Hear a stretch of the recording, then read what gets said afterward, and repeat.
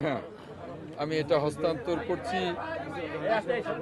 সাথে একটা চেক হস্তান্তর করছি এবং সাথে আরেকজন হিমনের পরিবারকে আমি একটা চেক হস্তান্তর করছি এবং এদের জন্য যে দীর্ঘমেয়াদী আমাদের মাননীয় প্রধানমন্ত্রী জনাব তারেক রহমানের নির্দেশক্রমে যে দীর্ঘমেয়াদী সহায়তা সেই বিষয়টা আমাদের প্রবাসী কল্যাণমন্ত্রী বলেছেন।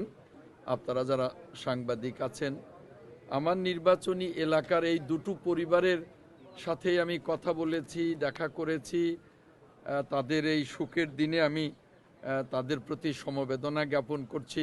তাদের পরিবারের সুখ সন্তপ্ত পরিবারের জন্যে আমি যে সামান্য কিছু অনুদান এখন পেলাম, সেই অনুদানের চেক এবং নগদ অর্থ আমি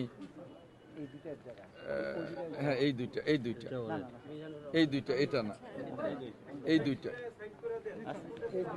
লাশ গ্রহণ করলাম হিমন নামে আরেকজন শ্রমিক, যিনি মধ্যপ্রাচ্যের সৌদি আরবে চাকরি করতেন।